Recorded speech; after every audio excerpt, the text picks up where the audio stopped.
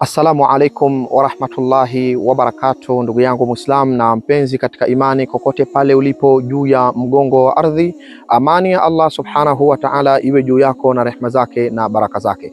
Tukiwa mwishoni kabisa mwa mwezi mtukufu wa Ramadhani, mwezi ambao Allah subhanahu wa ta'ala anapokea dua za waja, Allah anatengeneza mambo ya waja, Allah anatengeneza kila zito la mja na kila gumu la mja alilopitia. Ni mwezi wa Allah kuwafariji viumbe wake, na ni mwezi wa Allah subhanahu wa ta'ala kuwatengenezea maisha viumbe wake na kuondoshea shida, dhiki, mitihani. Kubwa zaidi ni kuwasamehe madhambi yao. Leo na kwenda kukufundisha moja katika aya zenye maajabu kabisa katika kufungua riziki yako. Ndugu yangu Muislam, masiku haya yamebakia, iwe ni 2 iwe ni siku 3, isije ikaisha siku hizi hujasoma maneno haya Allah subhanahu wa ta'ala, maneno ambayo nina imani Allah subhanahu wa ta'ala akikukubalia, baada ya hapo utaona namna ambavyo Allah subhanahu wa ta'ala atakufungulia milango ya riziki, atakufungulia milango ya kheri, atakufungulia milango ya baraka. Ni moja katika aya ambazo mujarrab zimebeba siri nyingi katika kumsaidia mtu kufungua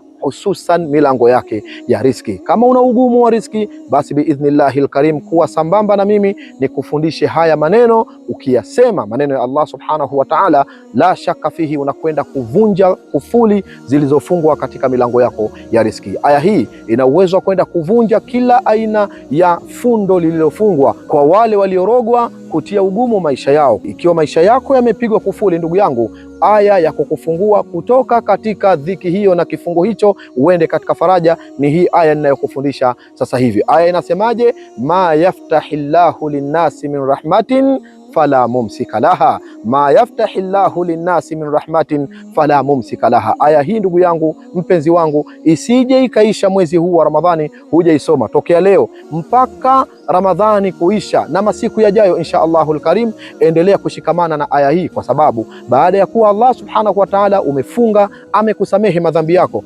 unapoleta kwa wingi aya hii, ndipo unapokwenda kufungua milango yako ya kheri, ndipo unapokwenda kufungua milango yako ya baraka, ndipo unapokwenda kufungua milango yako ya neema mbalimbali. Kumbuka, Ramadhani lengo lake ni kusamehewa madhambi. Ukisamehewa madhambi, Allah nini anasema? Atatuletea mvua zenye kheri, na sisi tutajaziwa mali, mapesa, majumba, watoto, mashamba na mambo mengine kemkemu kiwa mtahitaji. Sasa ikiwa unataka riziki zako zifunguke kwa uzuri, ikiwa unataka upate riziki mbalimbali kutoka katika pembe za kidunia, na yale unayoyapanga ufikie malengo yako, ma yaftahillahu linnasi min rahmatin fala mumsika laha. Hii ndiyo aya ambayo ukishikamana nayo kwa idhini ya Allah subhanahu wa ta'ala, na kwenda kuvunja kila aina ya kufuli lililofunga ugumu katika maisha yako, unakwenda kulifungua. Kama kuna aya yenye ufunguo wa maisha kwa mwanadamu, basi ni aya hii, ma yaftahillahu linnasi min rahmatin fala mumsika laha. Naomba Allah subhanahu wa ta'ala,